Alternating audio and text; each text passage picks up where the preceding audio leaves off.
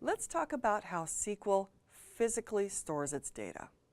Now, something that's been around for a while that we have in 2012 is a concept called a file group. A file group is simply a logical grouping of physical files. When we create a database, there's a default file group called primary, and the MDF, the database file, goes on that primary. You cannot change the primary name. You should leave the MDS on the primary, but you should pick where you want it to go. The log, the LDF, does not go on a file group. It doesn't apply, but you do specify physically where it should go. And then you can create additional file groups specifically for tables. So here's the cool part. Maybe you know that you're going to have a table that will be extremely busy. You should create a file group and put that table on that file group on a particular file on a very fast disk subsystem. It could be a RAID 5 or a RAID 1.0, so it could be a mirrored stripe set, it could be a stripe set, it could be maybe a RAID 6 that can tolerate 2 lost disks, whatever you want. If you're a smaller shop, then put it on a SATA 3 drive or something that's really quick. Just put it on something away from the operating system page file, away from the main MDF, away from the LDF. Keep that MDF, LDF, and NDF, those additional files, separate. We're going to see how to do that in just a second. So we have this logical grouping called a file group, which then has physical files listed in it. And those physical files go to different paths. In just a lab environment, you don't have to bother with this, but in a production environment, you're going to want to separate these out because generally the disk subsystem is the slow part of your system. Let's actually see how to do it. So I've got the SQL Management Studio open, and I have a couple of databases that I have already attached, and I'm going to create a new database. So I'm going to right-click Databases, and I'm going to create a new database. And I'm going to create this new database, and I'm going to call it, MyDB. And when I look here, I can see that the database starts out with 2 files, MyDB, which is for rows data, which goes on the primary. It is the MDF. And this is where all the metadata, the structure of the database goes. Now, the initial size we can see is 4 megabytes. That probably won't cut it for a production database. You probably want to increase it. And how big should you have it? Well, how much data are you going to need? And this is the thing you have to actually calculate. This is where you have to actually say, my design of my database is these tables. And within these tables, I have these columns. And each of these columns is this data type. For a very simple example, what if your database had 1 table, which isn't much of a database, but let's say it had 1 table, and that 1 table had 10 columns, and each of those 10 columns was an nvarchar 50, all right? So that's Unicode variable character up to 50. So potentially 50 characters, which is 50 bytes, but Unicode is a 2-byte character set, so that's 100 bytes per column. You got 10 of them. So now I've got 1,000 bytes for just 1 row. How many rows are you going to have? Well, if I have 10, it's a 10K database, or it's a 10K file. What if I had, 1,000? It's 1,000K, so now it's a meg. What if I had a million? Now it's a gig. So I mean, you have to, and that's just 1 table. So you really have to lay it out and look at your data types and figure potentially what is this going to be. Now do you see why we use varchar instead of char? Because it can expand as needed, but it doesn't use up space if it doesn't. Anyway, do we know what the recommendation is? Well, you really have to sit down with your database designer and figure it out. And if that's you, lay it all out and start adding those columns up. And then add a good 50% on top of that.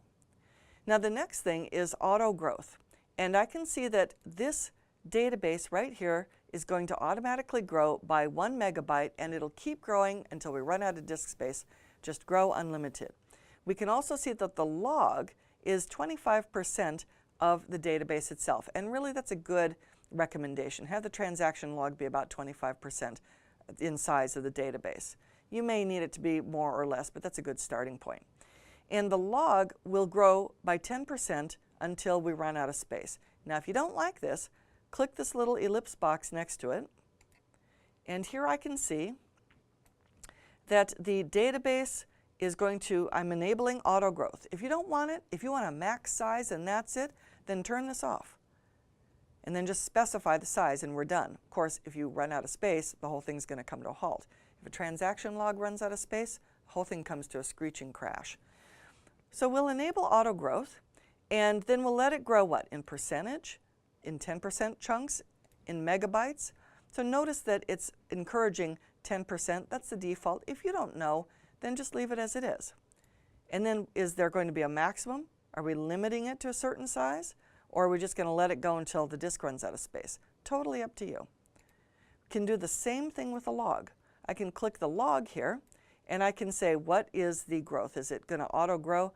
Good idea for transaction log. Although the transaction logs will reserve some space for themselves.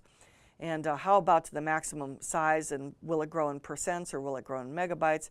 Is it going to be capped? Is it unlimited? Totally up to you. Now notice the path and take a look at the default path here.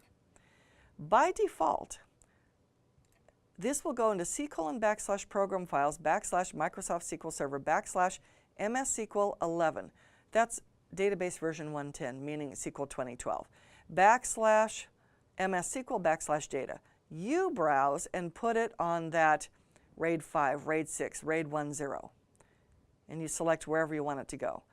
I'm just going to browse, and I'm going to leave the database itself. Leave the database where it is. Same with the log. So here's the log. It's going to go in the same place. In a lab, that's fine. In production, that's not good, because we don't want a busy transaction log contending for the disk controller along with the database. For performance, have the operating system on one disk subsystem, the operating system's page file on another one with different controllers, have the database on a whole other one, have the transaction log on a whole other one, and have additional files where the table data is going to be on yet another. If you're a small shop, just use different SATA controllers. Okay, so I'm going to let these stay where they are right now. That's fine. Now I want to create another file group with files where I can put tables. So I'm going to go over here, and we're still creating the new database. And I'm going to go over to the file groups here and select a page. I'm going to click that. And I can see that I have a default file group called primary. I'm going to add one. And I'm going to call this FG1, call it whatever you like. Right now it has no files. You can make it the default if you want, or not.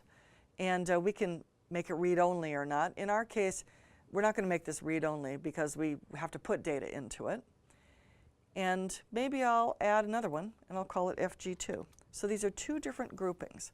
Right now they have no files listed in them. That's fine.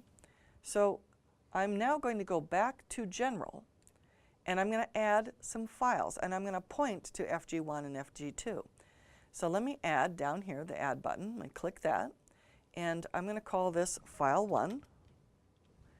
And notice it's for rows. It's data type rows. But I could also say that it's file stream data. Remember how we were talking about, if you took the 461 class, we're talking about file streams, which basically is a type of file group that allows us to put blobs, like large pictures, images, PDFs, whole documents, just binary objects, large objects out on the file server. But that's not for what this is. This is just for regular records. But I'm not going to use the primary file group. I'm going to hit this drop-down box. I want this one to go on FG1.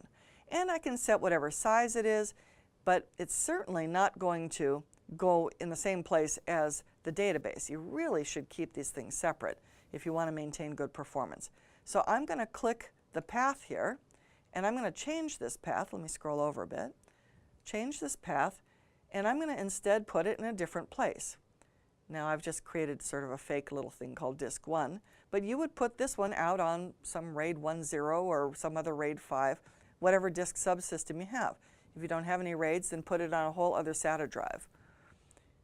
So there we are. We've got file 1 in FG1, and it's going to go out in /disk 1. And if I add all of this, I can add another one, file 2.